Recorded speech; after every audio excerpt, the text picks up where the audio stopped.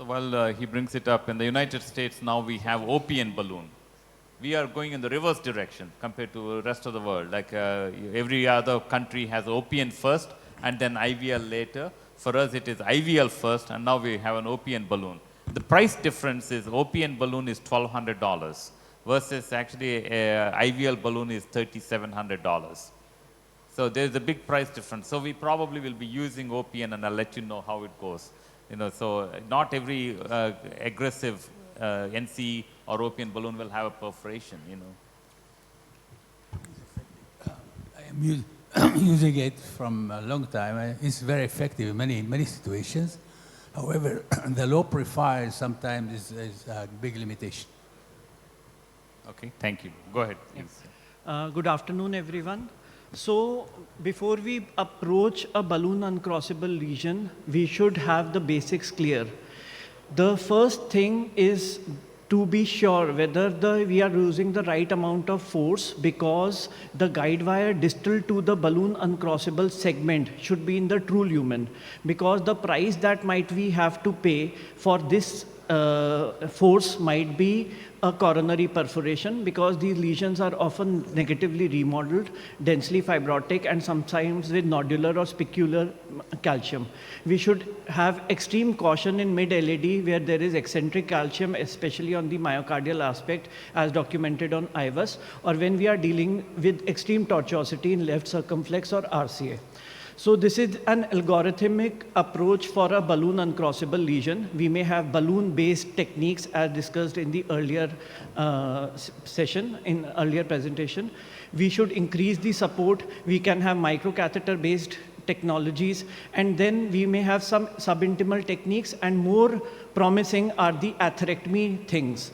The balloon-based tricks are using a smaller diameter balloon, a single marker compliant balloon, wedging the balloon into the lesion, and using a granuloplasty, a balloon-assisted microdissection in certain situations. The second is increasing the support by using an appropriate guiding catheter, maybe you choosing a AL for the right coronary artery, balloon uncrossable lesions.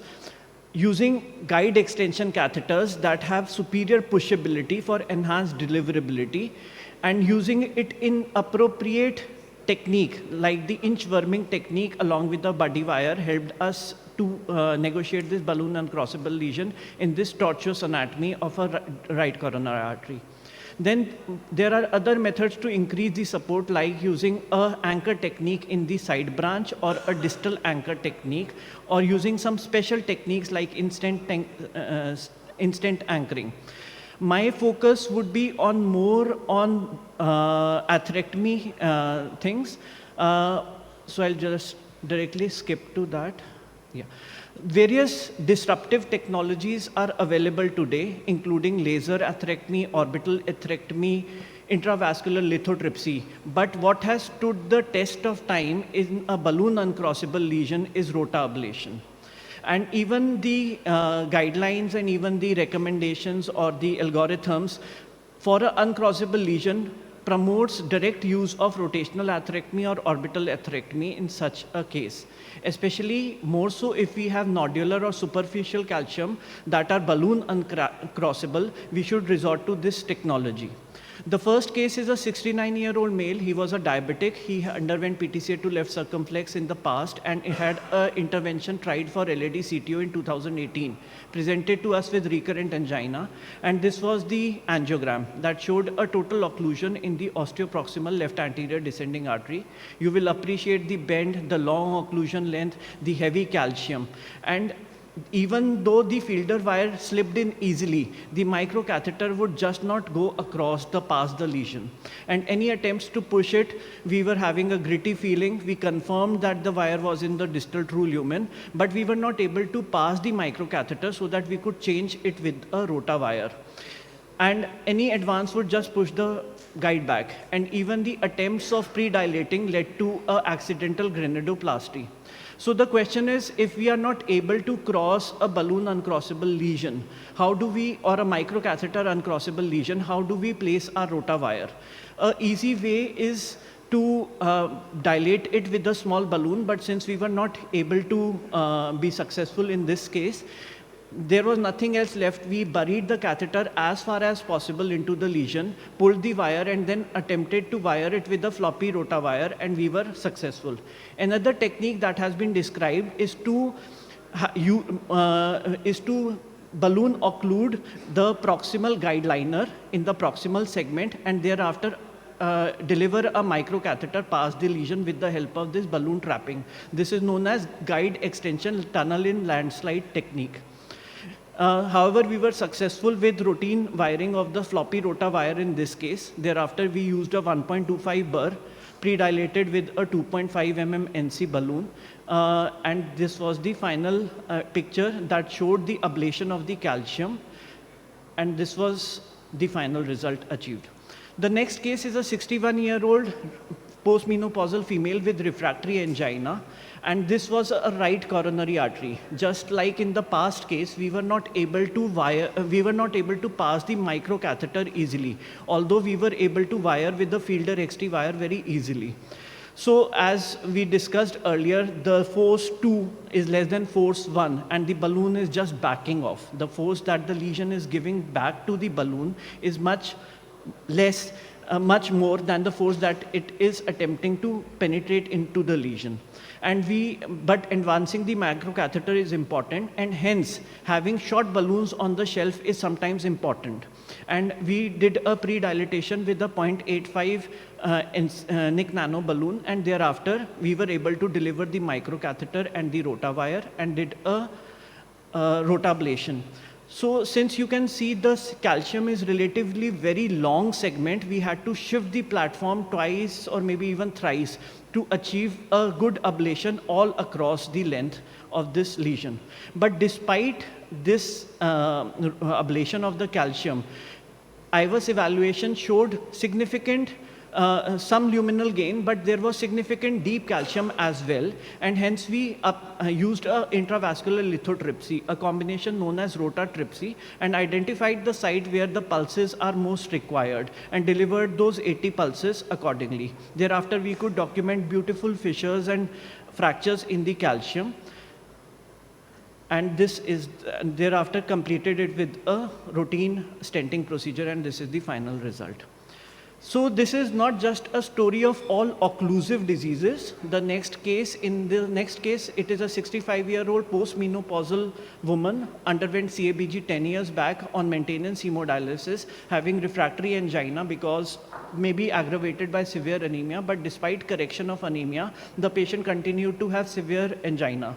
The Lima to LAD was patent, the graft to RCA was totally occluded, and the native RCA had a nodular calcium in the mid right coronary artery as shown. So this was the lesion that we had to attend, and in this case, the microcatheter was not, and the IVUS catheter was also not easily crossable, and we used a orbital atherectomy in this case. We used a Viper wire to cross the lesion, and thereafter introduced the orbital atherectomy device. As you can see on the right side, the orbital atherectomy catheter immediately jumps at the site of calcific nodule. So we slowed down a bit as compared to the rotational atherectomy. We should be very slow in our movements, and any jump might have a tendency of perforation in such cases. And thereafter, this is the final result that we could achieve with a post-dilatation. And so this, the result looks good, and in this case we used the atherectomy at both rotations, both at 80,000 and 1,20,000 rotations. So we are still learning the tips and tricks and nuances of orbital atherectomy, and we realized that the wire bias was aggravating the bouncing of the orbit when it was adjacent to the nodule. So these three cases are all peculiar. In one of them we used rotablation alone. In the other we used a combination of rota plus a small balloon plus IVL, and the third case is orbital atherectomy. So these are the tools of modification of the lesion that helps us in tackling these balloon uncrossable lesions. Thank you.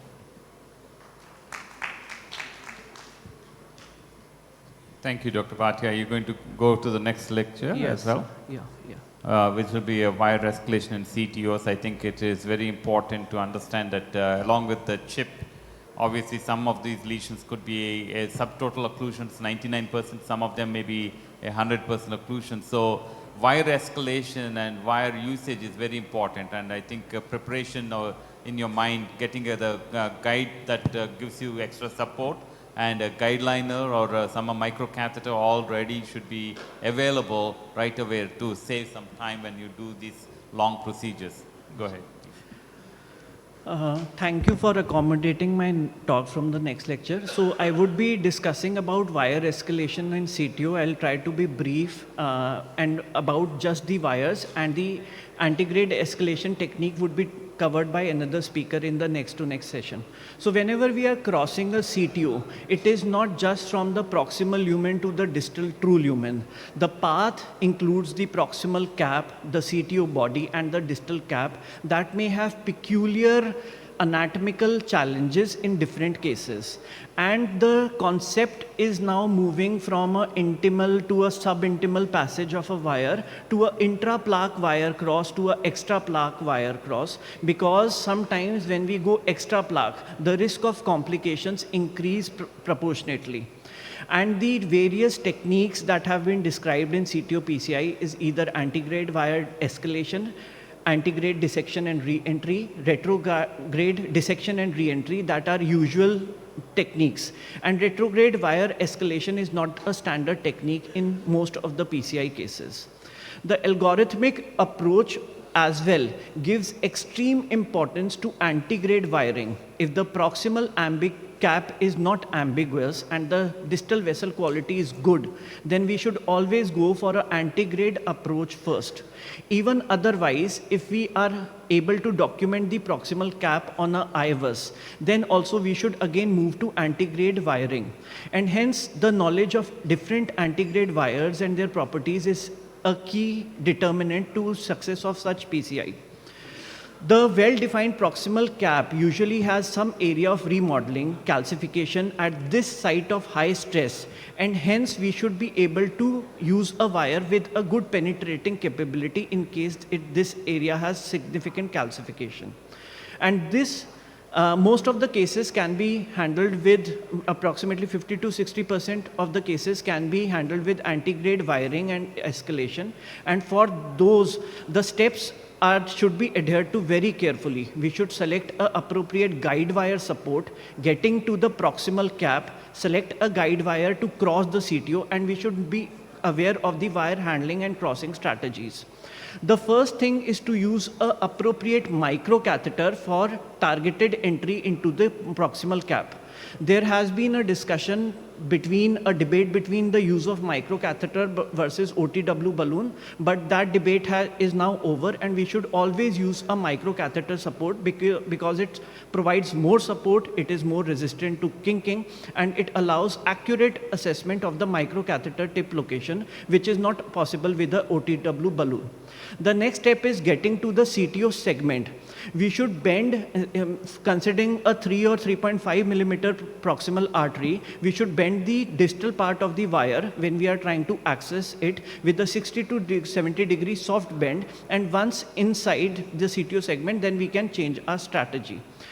When we are trying to cross the CTO segment, the bend should be around 30 degrees, and once the microcatheter is at place, the workhorse wire can now be replaced with a dedicated CTO wire, for which we need to understand the tip load, the coil, the core, and the coatings. And all these properties give an individual realization of the feel and function of the wire. As a general rule, hydrophobic wires as compared to hydrophilic wires, the tactile feel is very good, but the visual feedback is very poor, and so is the lubricity. In contrast, a polymer coated, hydrophilic coated wire has extreme lubricity, the visual feedback is good, but your tactile feel just goes away. So we should understand the various wire tasks and wire properties. The properties include penetrability, that is the ability to puncture a lesion, that depends on tip load, tapering of the tip, what wire support you are using, the pushability, the trackability around bends, the torqueability, that depends on the kind of core. These days we have a dual or composite core wire that are excellent in torque transmission, the steerability, the bending, the lubricity. And the resistance encounter usually depends on the amount, the kind of tissue that we are seeing. What is important is, at some times when the proximal cap is extremely calcified, the resistance faced at proximal cap is much high as compared to the elastic lamina proximally, and the chances of perforation with inappropriate use of these wires is also pretty high. To start with, the guide wires, those have a soft tip and are tapered, include run-through, crosset, wizard, and the Fielder XT series. Those are non-tapered, include Sion series, Suo, Pilot, Sion Black, Wizard 1-2, Fielder series. Those with intermediate tip with a tip load of 2 to 6 grams include the Hornet and Gaia in the tapered segment, and UB3 in the non-tapered segment. Then we come to the stiff or the hard tip wires that have a tip load of more than 9 grams. The non-tapered includes Miracle, Bros, Progress, and the tapered includes Hornet 10, 14, Conquest, and Pilot 200. The recommendations, it is very difficult to remember all the wires, so we should have a feel of some kind of wires. Most commonly used are the Fielder and the Gaia series. For access, we use the Sion Blue or BMW Universal, and once the access is achieved, for micro channel crossing, it is recommended to use a Fielder XT or Fielder XT-A. For direct penetration of a cap, we should use Confianza Pro, Progress 200. For collateral crossing, Fielder XT-R, Pilot 50, Fielder FC, Sion Black are a good choice. For knuckling, it is Fielder XT, Fielder FC, or Pilot 50 or 200. For re-entering, the Stingray wire is less commonly used, but a Confianza wire is usually used. And for externalization, we know RG3. Once we know the anatomy, we should choose the wire appropriately. A tapered cap should be used. Tapered cap should be wired with a low tip load polymer jacketed wire. Whenever you have a blunt proximal cap, you may directly choose a penetration wire like Confianza. When you are wiring the loose tissue within the CTO, this technique is known as de-escalation. Once you are into the loose tissue, continuing with a high force wire is not recommended, and then you should go for a low or medium tip force wire that is polymer jacketed, so that you can have some ability of torque transmission. And once again, when you are at the blunt distal cap, you might choose to re-escalate your wire and with a medium or high tip load wire. And this escalation and de-escalation varies from case to case. So I'll give you one or two examples. This is a left anterior descending artery CTO. What you should think is what kind of tactile feedback you need. Since you are able to see the distal collaterals, you need a good torque response so that you can guide your wire through. And in this case, we achieved it with a Gaia 2 wire that gave us a torque transmission as well as a visual feedback as well. Because these are pre-shaped CTO wires, dedicated CTO wires, the techniques also vary, like the sliding. We should shape our wire appropriately. A 30 to 45 degree bend at the distal end is recommended for a transmission of our force. The various techniques described include sliding, drilling, penetrating. For the lack of time, I'll skip this. Just to summarize, sliding technique is best done with Fielder and Whisper series. Drilling technique is best done with the Gaia series, Hornet series, and Progress 200 series. And the penetration is best done with Conquest Pro or Progress or Hornet series. And like in this case, this was a blunt ostial LAD CTO. You will see you do not have any proximal tapering. And so we used a dual Newman catheter with a workhorse wire in the side branch and directly went with a penetrating wire to puncture the proximal cap. And once we are into the CTO body, then we convert it into a Gaia series so that we have more torque transmission. And then once we are into the distal segment, convert it into a workhorse wire. I'll summarize my statement with the statement that it depends from individual to individual, operator to operator, CTO segment to CTO segment, what we should use in which technique, and amongst all the wires that are available. For channel communication, Fielder XT should be the take home. For a blunt cap or for a penetrating wire should be used, and then we should escalate our wire depending on the calcification of the proximal cap. Thank you.